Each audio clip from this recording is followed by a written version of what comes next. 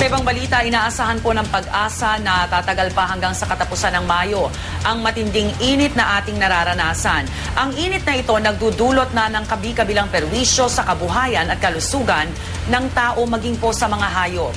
Narito ang report.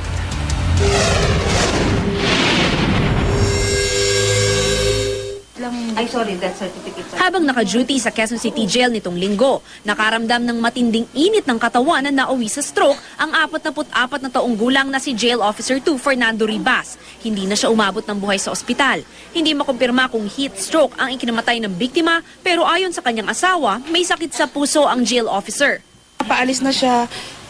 Pawis, naiinitan daw siya. Ang init, sabi niya lang. Kahit din daw po dun sa trabaho nila, na nakikita siya na talagang punas siya ng pawis. May sakit siya sa puso. Risk factor kasi yan. Pahirap din para sa mga preso ang matinding alinsangan. Dagdag pa rito ang sikip sa kulungan. Ang mga preso sa Station 10 ng Quezon City Police binigyan na ng electric fan. Dahil nga po sa nadarama po nating init ngayon, pinapayagan na rin po natin na maligo sila kahit mga 2 o 3 beses. Dahil din sa init, problema ngayon sa Ilocos Norte Provincial Jail sa Lawag City ang kakulangan ng supply ng tubig mula sa kanilang balon. Nagpapadeliver na lang sila ngayon.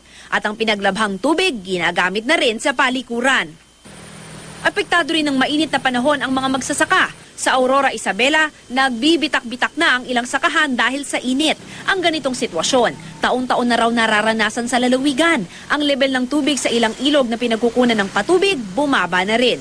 Gayun din ang level ng tubig sa Magat Dam na pinagkukunan din ng patubig ng mga sakahan sa Isabela at karatig lugar. Pero tiniyak ng mga otoridad na sapat pa ang tubig sa dam. Perwisyo rin para sa mga nagpapalaki ng manok sa Pampanga ang init.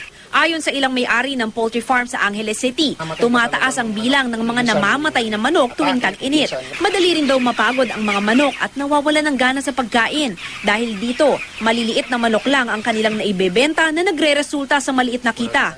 Payo ng mga veterinaryo, bigyan ng maraming tubig ang mga manok at lagyan ng maayos na ventilation system ang mga kulungan.